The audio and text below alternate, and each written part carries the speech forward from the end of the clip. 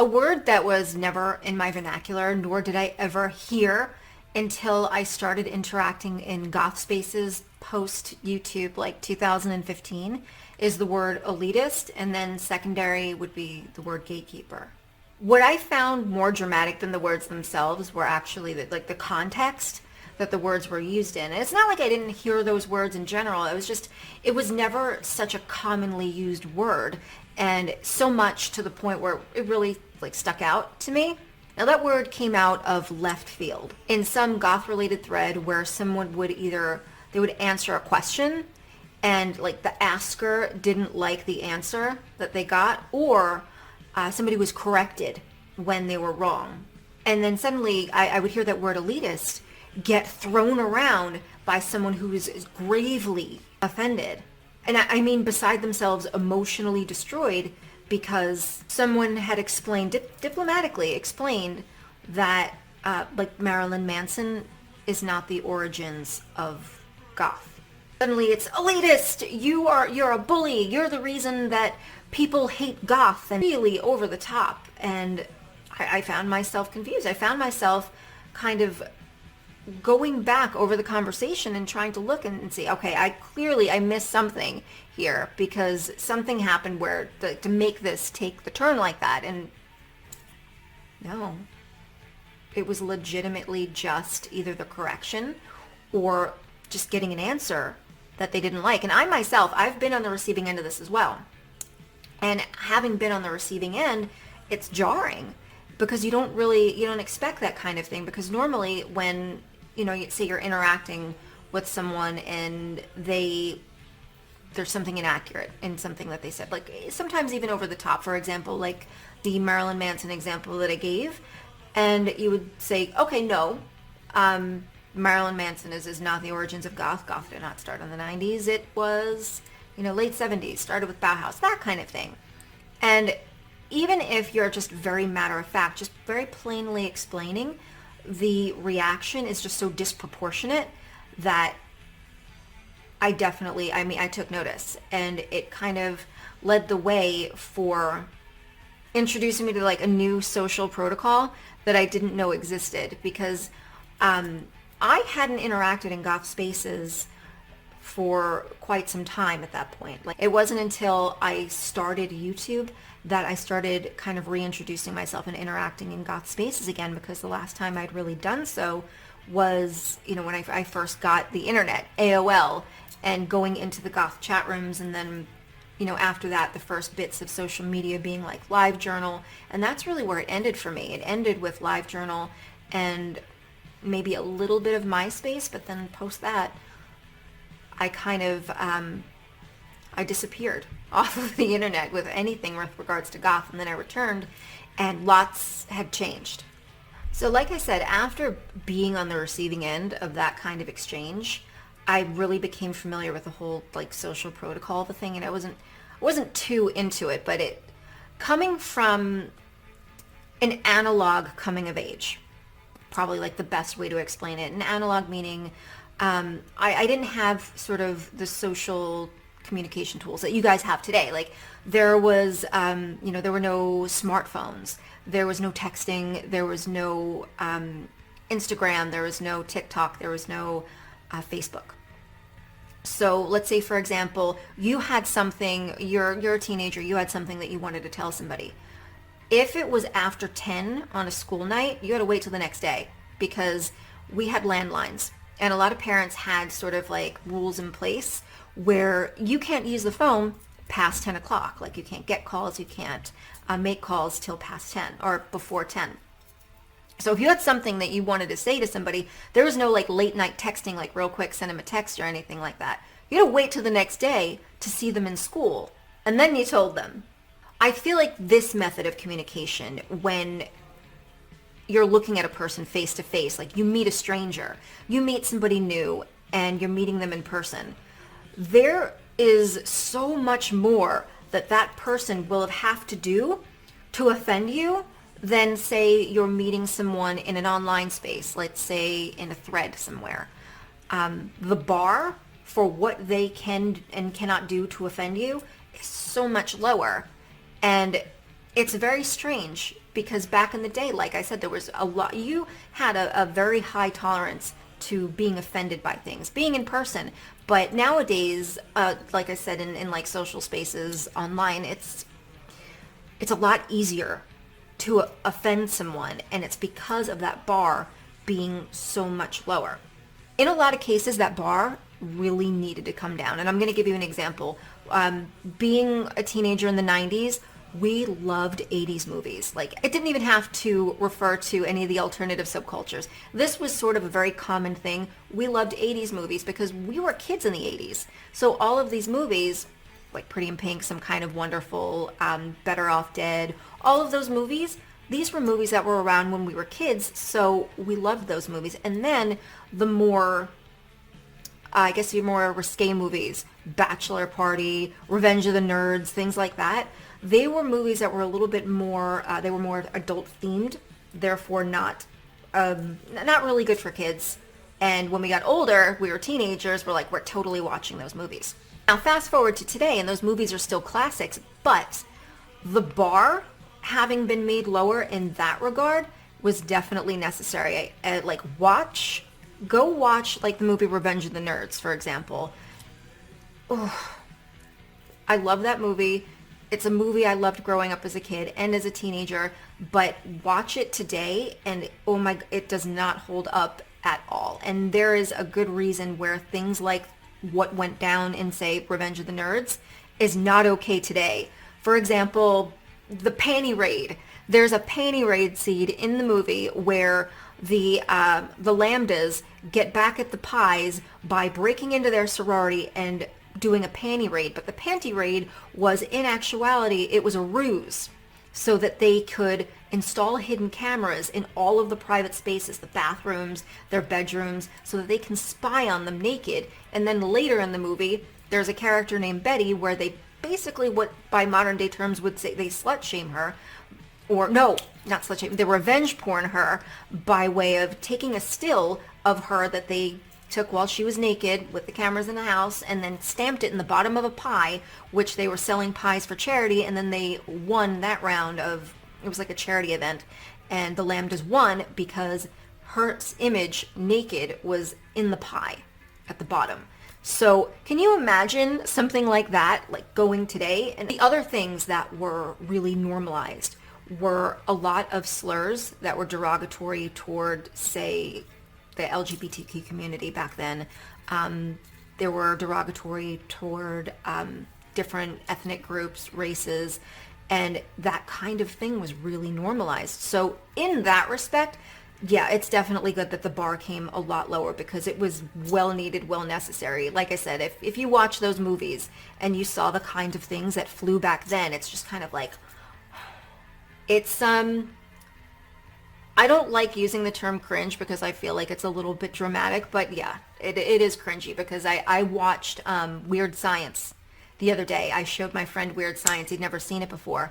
And I forget what somebody had said, but they said something and it threw me off because I'm not used to hearing that now because it's not an okay word to say. And just hearing it, and I was like, oh my God. And I had to look at my friend because he is like borderline millennial Gen Zer and not used to that. And I'm like, yeah, there was a lot of shit said back then that was definitely not cool, but it's like fortunate we live in a time today. But I'm kind of digressing a lot. I tend to sort of like wander all over the place with what I'm talking about. But that being said, the bar came down in some areas where it was necessary, but then it came down in other areas where it was just a bit too much and kind of overkill.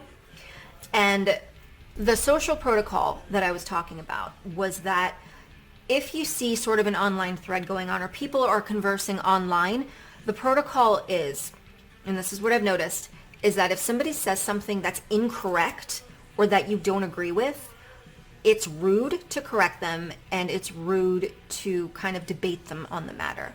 You either agree with them, even though you don't, but just to be polite, you agree, or you don't say anything at all. And I don't know, I feel like that kind of dynamic, not only does it breed like misinformation, but you're letting somebody walk around into the world with incorrect information. And not only does it spread that misinformation, it makes them look stupid. So what do you naturally want to do? You want to correct them so they don't run around maybe embarrassing themselves in a public space. We've all done that. The things that people I noticed today that would cry elitist and gatekeeper over have like the 70s, 80s, and 90s goths over here like, because we remember, I've said this before, and I'm going to say it again for the people in the back. If you're sent into this emotional tailspin because someone somewhere in an online thread simply corrected you, you would not last 5 minutes alone with the group of people that we would refer to back then as pretentious. These were the old school, been there, done that goths. The ones that didn't even refer to themselves as goths, and you damn well better not either. They were poised, they were beautiful, they were intelligent, they were well-spoken, and they could school you to the moon and back when it came to music. And they did not take kindly to posers in their spaces. That is the brick and mortar spaces, meaning your interactions with them were in person. And not everybody was like this, mind you. Not all of the older, like old school goths were like this, but there was a small group, the group that we referred to as pretentious, that were like this. So I don't want to tar them all with the same brush. Let me tell you how this went. So for me, this usually went down at a club called The Bank. The Batcave, I rarely, if ever, saw or experienced anything like that there. The only sort of dramatic dynamic that took place at the Batcave was a lot of like bridge and tunnel teenage drama. And I remember the group specifically that were guilty of this. They were desperately and over the top trying to emulate the pretentious goths with all the maturity of a 14-year-old. So Batcave was like a different energy altogether. I feel like the Batcave was a little bit more laid back than the Bank was. We still had a lot of fun at the Bank, but there was definitely a different energy at the Batcave. So at the Bank, you had your main floor, and then you had the back room. And the main floor, they played a mix of pretty much everything. They played goth, industrial, they played a lot of new wave. The back room is where they spun just goth entirely. And you would hear a lot of different obscure things, which is where I wanted to be because I wanted to kind of hear a lot of the songs that I liked, and I also wanted to learn a lot more. Here's the problem with the back room when you were younger, like me. So that was the domain of all of the old schoolers, like the legit goths that were there from the beginning. However, among them were also the pretentious ones. And they are the one who made a sport, like an actual art form, out of the Inquisition. You were there around that time, you know exactly what I'm talking about. But picture this. You're a young teen, a little scraggly around the edges, but you spent your time on your hair and makeup, and you left the house thinking you look pretty damn good. You're back there, you're in the back room of the Bank, and you're taking in all the sights, and you're taking in all the sounds. And then suddenly, you're approached by a couple of the cool kids with eyeliner applied by such a steady hand, it suddenly makes it look like you applied yours during an earthquake. They saunter over, all smiles, with their amaretto sour and their clove cigarette in the same hand, and they give you a polite greeting. And then it kind of starts with, what's your name? Where are you from? How old are you? This is an intimidating situation because these are the cool kids. These are the people that I see weekly and I look up to. I want to be like them. Because I'm young at the time, you know? I'm like 14, 15 years old. I want to be like these people. And suddenly they're starting to offer a little bit of information about themselves, and I'm thinking, they think I'm cool. They like me. Nope, this is a precursor because they're about to get Socratic on my ass.